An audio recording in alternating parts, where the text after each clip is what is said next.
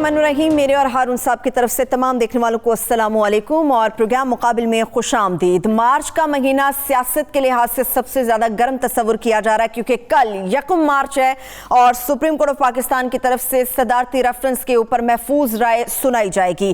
اس کے علاوہ مارچ کے اندر ہی 3 تاریخ ہے سینٹ الیکشنز کے حوالے سے, پھر 18 کی تاریخ ہے ڈسکا کے ضمنی انتخاب پر دوبارہ سے انتخاب کرایا جائے گا. لانگ مارچ کی تاریخ بھی اسی مہینے کے حوالے سے دی گئی ہے. سوال یہ ہے کہ سینٹ کے الیکشن میں کیا ہوگا اور اس کے علاوہ دیگر سیاسی صورتحال کے اوپر تفصیل سے بات کریں گے. اس کے ساتھ ساتھ اسرائیلی جہاز پر جو حملہ ہوا ہے, اسرائیلی وزیر دفاع یہ الزام عائد کرتے ہیں کہ اس حملے کا ذمہ دار ایران ہے. خطے کی صورتحال پر بھی تفصیل سے بات ہوگی. ملک کے اندر سیکیورٹی کی صورتحال کافی کشیدہ ہے. شیخ رشید صاحب نے پی ڈی ایم سے یہ درخواست کی ہے, اپیل کی ہے کہ خدا کے لیے دہشت گرد منظم ہو رہے ہیں, کوشش کریں کہ لانگ مارچ اگر آپ نے کرنا بھی ہے تو 23 مارچ کے علاوہ 2-4 دن آگے لے جائے جائیں. سیکیورٹی کی صورتحال پر بھی تفصیل سے بات ہوگی.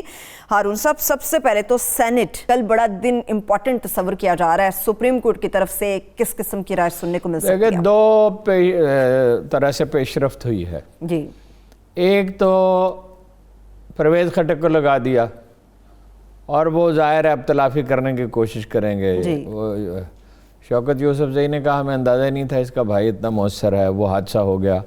دوسرا یہ ہے کہ لوگ مسلسل پی ٹی آئی کے کہہ رہے تھے لیڈر عمران خان سے کہ بھئی آپ خود توجہ دیں, وہ تو دوسرے کاموں میں مصروف تھے, ریلیکس تھے, اور ان کے ریلیکس ہونے کی وجوہات ہیں.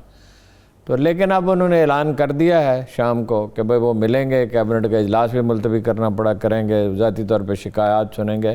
اور یہی مسئلہ ہوتا ہے کہ تھارسس کچھ ہو جائے, کچھ کام لوگوں کا کاج ہو جائیں. تو میرا یہ خیال ہے کہ بہت کم خطرہ اب باقی رہ گیا ہے. اور ایم کیو ایم کے بارے میں بھی جو سپیکولیشن ہے وہ دیکھیے, ایسے موقع پہ لوگ تھوڑا بہت نخرہ تو کرتے ہی ہیں, کچھ مطالبے بنوائیں گے, کوئی ترقیاتی فنڈز, کوئی اور چیزیں, مردم شماری کا تو مسئلہ ہے ہی, اور چیزیں ہیں. مصطفیٰ کمال ان کے لیے خطرہ بن کے ابھر رہے ہیں. ایم کیو ایم کے لیے جلسہ انہوں نے کیا ہے جو ایک بڑا زبردست کام کیا ہے. لسانیہ امنگی کراچی کا سب سے بڑا مسئلہ ہے اور انڈیا کا ٹارگٹ ہے کہ وہاں فساد ہوتے رہے. تو عمران خان ملیں گے. دیکھیے جو صورتحال مرج ہو رہی ہے اس میں یہ ہے کہ یقینی ہوتی جا رہی ہے حفیظ شیخ کی فتح. اچھا. اور وہ کہہ تو رہے ہیں کہ حکومت مایوس ہے, حکومت مایوس نہیں ہے, بلکہ یعنی خواجہ اظہار الحسن اور فیصل سبزواری گورنر کے پاس گئے اور کہا ہماری سیکورٹی ودرا کر لی گئی ہے.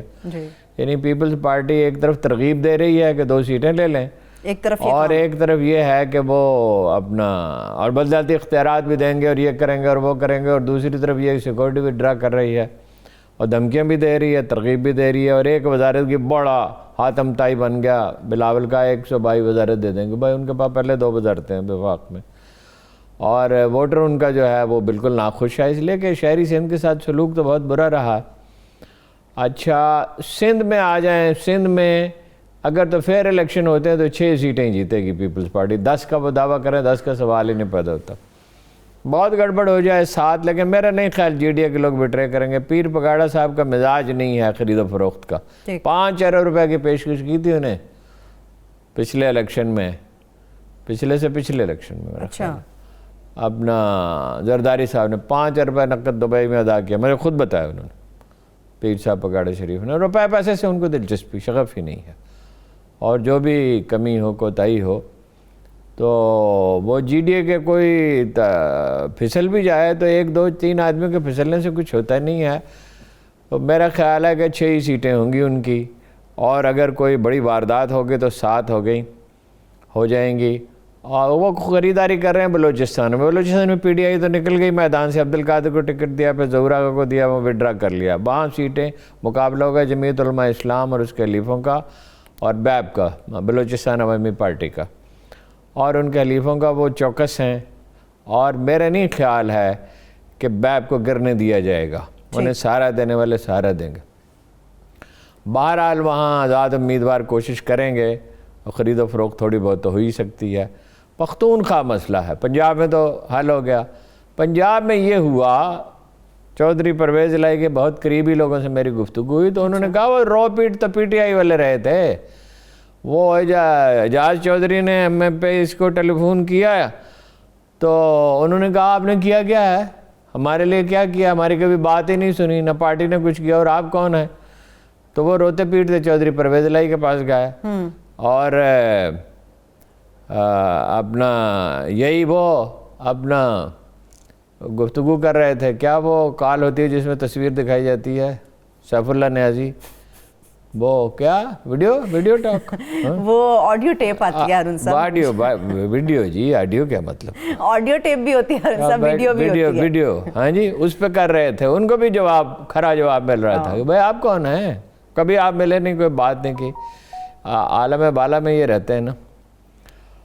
تو بہرحال یہ روتے پیٹتے گئے اور چودھری پرویز الہی سے میں نے پوچھا تو انہوں نے صرف اتنا کہا بھائی 3 دن اور 3 راتیں میں لگا رہا. اچھا، ہاں جی، مسلسل کوشش کی. ظاہر ہے ان سے کہا کہ بزدار صاحب، یہ میں نے پتہ کیا بزدار صاحب جو آئے دن چودھری پرویز الہی کو فون کرتے دن میں 2 دفعہ 3 دفعہ بعض اوقات، اور جی کچھ کرو کچھ کریں جی چودھری صاحب کچھ کریں جی. وہ جو میں ہمیشہ کہتا ہوں کہ اگر ان کی انڈرسٹینڈنگ ہوتی تو نوبت یہاں تک کبھی نہ پہنچتی. 12 پنجاب میں ہو گیا، وہاں ہو سکتا تھا، پختونخوا میں بھی ہو سکتا تھا. پختونخوا میں اگر انہیں 3 سیٹیں آفر کر دیتے، لیکن یہ کانفیڈنٹ ہیں کہ بھائی ہم 12 میں سے 10 سیٹیں جیت لیں گے، اس لیے کہ 94 ہیں، ان کو چاہیے 4 ووٹ اور. تو یہ یعنی خواتین کی سیٹیں اور ٹیکنوکریٹس کی سیٹیں بھی جیت سکتے ہیں. شیخ صاحب بھی تو یہ کلیم کر رہے ہیں کہ پی ٹی آئی ویسے 7 سیٹیں تو یہ جیت ہی لیں گے، لیکن یہ کہ وہ ٹیکنوکریٹس کی اور وہ بھی جیت سکتے ہیں، اور اقلیت کی اور اقلیت کی تو جیت ہی لیں گے. تو وہ ان کے ہیں 51 ووٹ، ان کے ہیں 94. اب یہ ان کے جو ہیں جاتے ہیں یا ان کے جاتے ہیں. 5 ارکان پی ٹی آئی کے ناراض ہیں. لیاقت خٹک تو بہرحال ناراض ہی ہے. 4 آزاد ارکان ہیں. 94 ان کے ہیں، 15 جے یو آئی کے ہیں، 12 اے این پی کے ہیں، 3 جماعت اسلامی کے ہیں، 4 بڑی انٹرسٹنگ بات ہے 4 بلوچستان عوامی پارٹی کے وہاں بھی ہیں، پختونخوا میں بھی. تو نون لیگ کے ہیں کتنے؟ پختونخوا میں تو صاحب وہ کلیم کر رہے ہیں، بات نہ بھی کریں تو ہم ہی سینٹ کے انتخاب کو جیتیں گے. 51 ہے سارے ملا کے. تو جماعت اسلامی کا رول ادھر کافی فیصلہ کروں گا. 3 ووٹ ادھر سے ادھر آ جائیں تو صورتحال ہی بدل جاتی ہے، اور پھر انہیں 1 آزاد رکن کی ضرورت ہوگی، 2 آزاد ارکان کی ضرورت ہے. جماعت اسلامی نے کمال فیصلہ کیا ہے، یعنی اے این پی تک کی حمایت کر دی. تو یہ ہے جناب صورتحال. یہ بات میں نے بہت غور کیا، یہ تسلیم نہیں کرتا کہ پیچھے ہٹ جائیں گے لوگ مدد کرنے والے پی ٹی آئی کی اور ان کو گرنے دیں گے اور عدم استحکام پیدا ہو جائے گا، یا بلوچستان عوامی پارٹی کو گرنے دیں گے، کیونکہ اس سے تو پھر دیکھیے ان سے کہا جائے گا ووٹ آف کانفیڈنس لیں اور ایک سچویشن خراب ہو جائے گی. یہ ٹھیک ہے کہ ایک طرح کی انڈرسٹینڈنگ ہو گئی ہے اپوزیشن پارٹیوں سے کہ وہ مداخلت نہیں کریں گے، مگر یہ بھی نہیں ان کو کھلا میدان دے دیں کہ آپ خرید و فروخت کریں. زرداری صاحب کو تو خدا موقع دے، وہ تو ملک کو ایک چراغاہ بنا دیں گے، منڈی بنا دیں گے، وہ تو 2-4 ارب روپے خرچ کرنے کا. اب وہ مسئلہ تو وہیں سے خراب ہونا شروع ہوا نا، مریم کی جو انکار کر دیا خان صاحب نے کہ نہیں جانے دوں گا. اب وہ مریم کا مسئلہ عجیب معلوم ہوا جی، ہم کچھ اور ہی سمجھ رہے تھے. وہ جائیداد کی تقسیم کا مسئلہ ہے. وہ فزیکلی موجود ہوں گی تو بھائیوں کے ساتھ جائیداد کی تقسیم کا معاملہ تھا. جائیداد کے لیے دنیا بھر میں ہمیشہ یہ قانون رہا ہے کہ فزیکلی موجود ہونا چاہیے. تو سرجری بھی کرانی ہے، اس میں ایک مدت ہوتی ہے، اس کے بعد سرجری کرانی پڑتی ہے. تو وہ جانا چاہتی ہیں، بہت بےتاب ہے. باقی آپ کو پتہ ہی ہے حمزہ صاحب نے میٹنگ بلا لی اپنے حامیوں کی. یہ جو نون لیگ کے ہمدردی رکھنے والے اخبار میں تاثر دے کوئی اختلاف نہیں. بھائی محترمہ کلثوم نواز کا الیکشن ہوا تو حمزہ ملک سے چلے گئے تھے. انٹرویو دیا تھا انہوں نے ایک موقع پہ کہ طاہا کو سمجھا لیں گے، وہ اپنا کنفرنٹریشن نہیں کرنی چاہیے.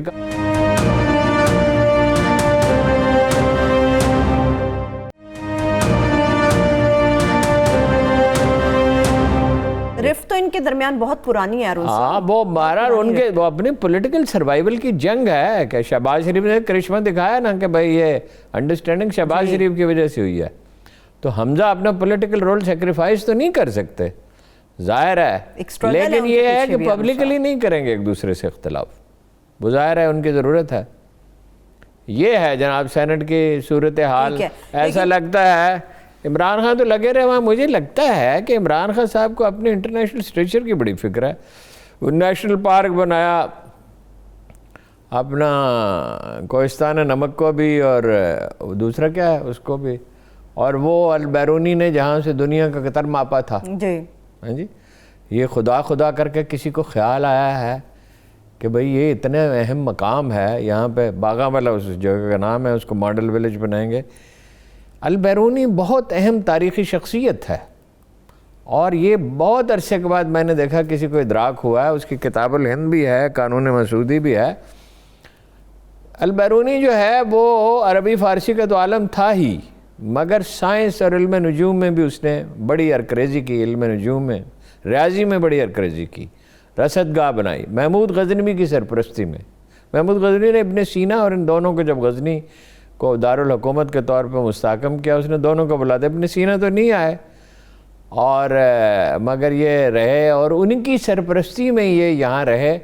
اور ان کی کتاب الہند بنیادی ریفرنس کی کتاب ہے, اس سے زیادہ اہم کتاب ہندو مت پہ نہیں لکھی گئی. ان کے مندروں میں رہے بھیس بدل کر, اور اس جگہ پہ بیٹھ کے زمین کا قطر انہوں نے ماپا جب یہ جدید آلات نہیں تھے. 6 صدی بعد جب وہ قطر ماپا, 973 میں وہ پیدا ہوئے, 1048 میں ان کا انتقال ہوا. خارزم وہ قریب درست تھا, معمولی فرق تھا ظاہر ہے, بغیر آلات کے انہوں نے کیا. کیا جینیس آدمی تھا. بیرون اس گاؤں کا نام تھا خارزم میں, اس لیے انہیں البیرونی کہا جاتا تھا. تو اچھا ہے, یہ ایک درست فیصلہ ہے. اور ایسا لگتا ہے کہ صلح کرا دی ہے بزدار صاحب کی اور چودھری صاحب کی, فواد چودھری صاحب کی. انہیں شکوہ تو ان کا ایک ہی تھا اور صحیح تھا کہ بھائی اس علاقے کے لیے ترقیاتی فنڈ دیے جائیں. وہ پہنچے وہاں پہ, اور آج وہ محترم چودھری صاحب کہہ رہے تھے, محترم فواد چودھری. تو اپنا وہ آپ کو پتہ ہے فواد چودھری ٹلتے تو ہیں نہیں, تو اپنی بات ہو. ایک سڑک کا مسئلہ ہے جی, وہ بڑی ایک سڑک بن جائے, اس پہ ہر جتنے لوگ وہاں موجود تھے ایک نے کہا جی سڑک چاہیے, سڑک چاہیے. باقی تو کچھ کام ہو رہے ہیں, گلیوں نالیوں کے کام تو ہو ہی رہے ہیں. تو یہ اس پوٹھوہار میں بڑا پوٹینشیل ہے ترقی کا. جہلم ایک بہت بڑا تاریخی شہر ہے. اس کی تاریخی اہمیت پہ زور نہیں, یہی آیا تھا شاہجہاں, یہاں پہنچ گیا تھا جب جہانگیر کے خلاف بغاوت کی تھی. سکندر اعظم بھی پہنچا تھا یہاں پہ. سکندر اعظم کے گھوڑے کا کہا جاتا ہے, یہاں مزار بھی بنایا گیا تھا. جہلم ایک بڑا تاریخی شہر ہے. ٹھیک, یہ جو دریا جہلم ہے اس کا نام پہلے دریا بھٹ تھا. دریا بھٹ جو ہے, بھٹ ایک ہی لفظ ہے, انڈیا میں بھٹ کہتے ہیں, یہاں بٹ کہتے ہیں. اچھا, اس کا نام دریا بھٹ تھا. وہ وہاں کشن گنگا اس کو کہتے ہیں دریا کو, یہاں دریا نیلم کہتے ہیں, اور پھر آگے چل کے دریا جہلم ہو جاتا ہے. تو بہرحال یہ وہ ماحولیات پہ زیادہ ان کی توجہ رہی اب تک, ریلیکس رہے. ایسا نہیں محسوس ہوتا خان صاحب کو کوئی سروکار نہیں محسوس ہو رہا ہے سینٹ کے حوالے سے؟ نہیں, اب تو انہوں نے اعلان کر دیا تھوڑی دیر پہلے کہ بھئی وہ ملیں گے ارکان اسمبلی سے, ملیں گے. ہاں تو کافی ٹائم ہے, کل پرسوں ملیں, کچھ کام کاج ہو جائیں گے لوگوں کے, کچھ گلے شکوے دور ہو جائیں گے. اور یہی ہوتا ہے, تمام لوگ توجہ چاہتے ہیں. یہ جو خان صاحب کا مزاج ہے نا کہ آدمی کو پہچانتے نہیں, توجہ نہیں دیتے, دوستوں سے بے نیازی برتتے ہیں, اپنے حامیوں سے بے نیازی برتتے ہیں, اپنی برگزیدگی کا بڑا احساس ہے. یہ نہیں, پارٹیاں ایسے نہیں چلتی ہیں. دیکھیں, یا تو پارٹی کی اصل میں تو یہ ہے کہ پارٹی کی تنظیم بہتر بنائے. اور یہ امیدوار کیا ہے؟ یہ امیدوار ہے اعجاز چودھری, سیف اللہ نیازی. ادھر دیکھ کے عمران خان صاحب نے دیے ہوں گے نا. کچھ دیکھ کے کیا مطلب ہے, ہم اندھے, ہم نہیں دیکھ سکتے. یہ کیا ہے امیدوار؟ یہ آپ دیکھ لیجئے کہ سینٹ میں ان کی پرفارمنس.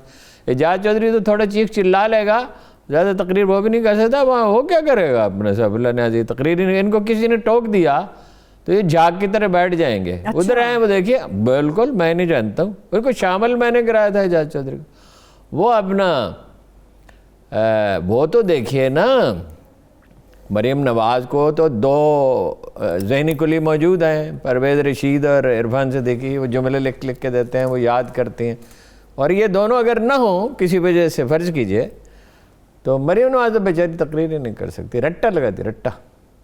اور جانا چاہتی ہے, بہت بے چین ہے جانے کے لیے, بڑی مجبوری ہے اس کی, جائیداد کا بھی مسئلہ ہے, سرجری بھی کرانی. ٹھیک ہے ہارون صاحب، لیکن کیا آپ کو نہیں لگتا یہ بڑی اہم اور بڑی بات ہے کہ آپ نے جن جن لوگوں کو پی ٹی آئی میں شامل کرایا، خان صاحب ان کو قدر کی نگاہ سے دیکھتے ہیں، ان کو عزت قدر کی نگاہ سے نہیں دیکھتے، اور ہیں کون ان کے پاس ہے. اچھا یہ لیکن یہ کہ جو ڈھنگ کا آدمی تھا اسحاق خاقانی، اسے تو نہیں شامل کیا. وہ بڑا تعمیری کردار ادا کرتا ہے، بڑا میچور پولیٹیشین ہے، کل کے حوالے اور سے بڑی اخلاقی ساکھ ہے اس کی. کل کے حوالے سے ڈیفینیٹلی ہم ماہر قانون نہیں، کل کے حوالے سے کل ایک تاریخی دن ہو سکتا ہے. میرا گمان یہ ہے، دیکھیے اندازہ ہے سپریم کورٹ اپنا ایک ایسا ادارہ ہے کہ جو اپنے فیصلے خود صادر کرے گا مولانا فضل الرحمان کی دھمکی کے باوجود اور حکومت کی توقعات کے باوجود. میرا خیال ہے کوئی درمیانی راستہ نکلے گا ضرور، اس لیے کہ خلق خدا اس بات سے پریشان ہے کہ سینٹ جو ہے وہ ایک منڈی بن جائے، ایک چراگاہ بن جائے. تو کوئی نہ کوئی راستہ میرا خیال ہے نکالیں گے درمیانی. امید ہے پارلیمنٹ کو ریفر کریں، تھوڑا سا الیکشن ملتوی ہو یا کوئی ووٹوں کی شناخت کی کوئی صورت نکلے، ورنہ تو یہ تماشا بن جائے گا. مطلب کیا سینٹ کی حیثیت ہے اگر خرید و فروخت ہو. اور کمال ہے، یہ ہمیشہ کہتے رہے کہ الیکشن جو ہے اوپن ہونا چاہیے، اور اب ان سب نے اپنا موقع بدل لیا.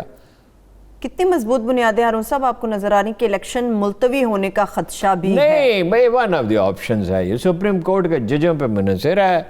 اگر وہ سمجھتے ہیں کہ اس کو روکنے کے لیے کچھ کرنا چاہیے، اگر وہ محسوس کرتے ہیں کہ نہیں آئین انہوں نے اس کا اختیار نہیں دیتا، تو بھی پارلیمنٹ کو تو ریفر کر ہی سکتے ہیں، کچھ نہ کچھ شاید کریں. لیکن ہارون صاحب یہ نہیں ہے کہ کوئی بھی بہرحال کل کا دن بہت تاریخ ساز ہے. پھر اس کے بعد مارچ، لانگ مارچ کا مسئلہ ہے جی، اور وہ ٹھیک ہے شیخ رشید نے کہ انہیں کچھ دن کے لیے ملتوی کریں. 23 مارچ کو پریڈ ہوتی ہے، پھر فوج میں روایت ہے، بڑا کھانا ہوتا ہے اور وہ سامان سمیٹنا ہوتا ہے، انہیں واپس جانا ہوتا ہے. اس موقع پہ ادھر واپس جا رہے ہیں ان کے کانوائے اور یہ ادھر جا رہے ہوں، یہ تو کوئی 2 دن 3 دن کے لیے ملتوی کرنے میں کیا ہے. اس پہ ذرا اور تفصیل سے دیکھیے انڈیا کا ایجنڈا ہے، مستقل ایجنڈا ہے، فرقہ وارانہ فسادات. یہ پہلا واقعہ نہیں ہے، لوگ بھول جاتے ہیں. مولانا عادل، جامعہ فاروقیہ کے مولانا عادل پہ حملہ ہوا چند ہفتے قبل، 3-4 مہینے قبل، 3-4 مہینے تک. 2019 میں مولانا تقی عثمانی پہ جو اپنے مکتب فکر میں بہت محترم ہے، ان پہ حملہ ہوا، ان کا ڈرائیور مارا گیا، اور اس میں 3 آدمی مارے گئے. ٹارگٹ کلنگ ہے یہ ڈیفینیٹلی، اور کروڑوں روپے کے انویسٹمنٹ کی ہے انڈیا نے. اس پہ تھوڑی سی اور بات بالکل. ایک بریک لے لیتے ہیں، بریک سے واپس آئیں گے. دہشت گردی، دہشت گردوں کا منظم ہونا، شیخ رشید صاحب کا طرف سے دیا گیا انڈیا، ان کی طرف سے کی گئی اپیل، اور پھر فرقہ وارانہ، یہ تمام معاملات. ایک چھوٹی سی بریک سے واپس آ کے اس پہ ڈیٹیل سے بات کریں گے. ہمارے ساتھ رہیے.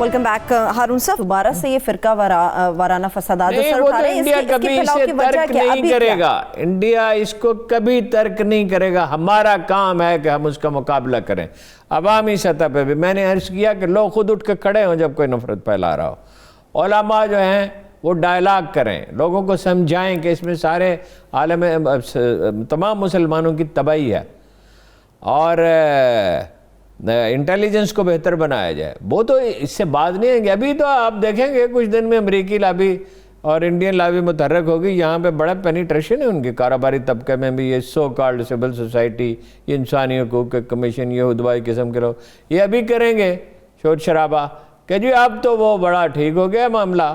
وہ میں آپ کو بتاتا ہوں ہوا کیسے. اب تجارت کھولی جائے اور یہ کیا جائے اور تعلقات بہتر بنائے جائے. دیکھیے ہوا کیا ہے. جو نظر آتا ہے، جو بائیڈن سے، امریکیوں سے پاکستان نے کہا ہے، کرائن یہ کہتے ہیں کہ بھائی آپ ہم سے افغانستان میں چاہتے ہیں استحکام ہو، امریکہ رہے یا جائے، اگر استحکام رکھنا ہے تو پاکستان کے بغیر تو استحکام نہیں ہو سکتا. ساری فوج جو ہے ان کی 80% آرمی جو ہے ان کی ڈپلائمنٹ پاکستان کی طرف سے، یا اس کا رخ پاکستان کی طرف سے، موسٹلی ڈپلائڈ تھے پاکستان. تو مشرقی بارڈر کی ہم حفاظت کریں یا مغربی بارڈر کو سنبھالیں. ٹھیک. تو جو بائیڈن کا درد سر تو ہے، وہ ابھی آتے ہیں اس پہ ایران پہ. ایران درد، مشرق وسطیٰ، گریٹر مڈل ایسٹ ان کا درد سارا ہے، عراق درد سارا ہے، پھر افغانستان بھی ہے، پھر چین مسئلہ ہے، جو کہتے تو ہیں کہ صرف مقابلہ ہے، محاذ آرائی نہیں ہے، مگر محاذ آرائی ہی ہے۔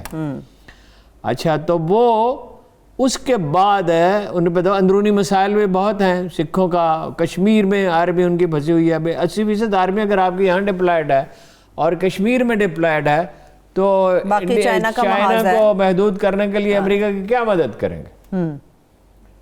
تو وہ امریکی انتظامیہ کے اصرار پہ ہے، مگر انڈیا پر بھروسہ کبھی نہیں کیا جا سکتا، سوال ہی پیدا نہیں ہوتا۔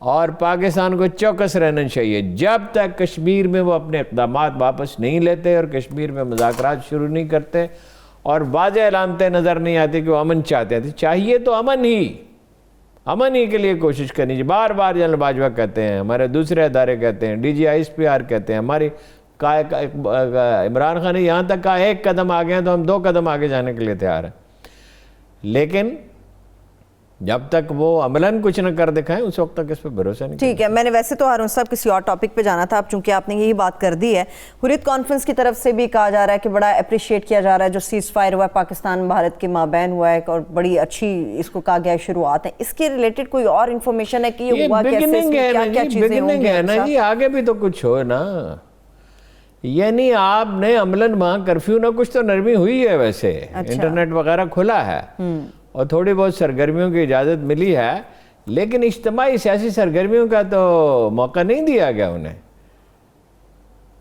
تو جب تک وہ نہیں ہوتا اس وقت تک تو کچھ نہیں کہا جا سکتا۔ اس کا مطلب یہ ہے جو انہوں نے ویلکم کیا تو پاکستان نے اعتماد میں لیا ہے، انہیں میسیجز بھیجے گئے ہیں، اس کا مطلب یہ۔ ٹھیک ہے ٹھیک ہے، اعتماد کی بات سے یاد آیا، ہم سب چلے بیک ٹو پالیٹکس آ جاتے ہیں۔ سردار یار محمد رین صاحب سے کچھ دن پہلے اختر مینگل صاحب نے ملاقات کی، آج کل پورے بلوچستان کے حوالے سے یار محمد صاحب بڑے ان ہوتے جا رہے ہیں۔ نہیں ان کیا، یار محمد ایک انتہائی جذباتی آدمی، انتہائی جذباتی، اور جس بات پہ تل جائیں وہ تو بننا چاہتے تھے وزیر اعلیٰ بلوچستان کا۔ اچھا، تو وہ تو ان کی سپورٹ ہی نہیں تھی، تو کیسے بنا دیتے انہیں؟ اور پھر یہ ہے کہ تحریک انصاف کی تو میجورٹی نہیں تھی، میجورٹی تھی تو BAP کی، بلوچستان عوامی پارٹی کی، تو ظاہر ہے انہی کا آدمی بننا تھا، اور میرا خیال ہے کہ ان میں سے جو آدمی نسبتاً بہتر تھا اسی کو بنایا گیا۔ وہ صادق سنجرانی اور وہ کوشش کر رہے ہیں، وزیر اعلیٰ جام کمال ان سے بات کر رہے ہیں، امید ہے مان جائیں گے، وہ آسانی سے تو ماننے والے نہیں ہیں مگر مان جائیں گے، جذباتی آدمی ہیں بہت۔ جذباتی آدمی تو ہارون صاحب آرام سے ویسے مان ہی جاتا ہے، جذباتی آدمی آرام سے نہیں مانتا، وہ بڑے اپنے ضدی بھی ہیں، صرف جذباتی نہیں۔ ٹھیک ہے، اب ذرا عالمی کینوس کی طرف جاتے ہیں ہارون صاحب۔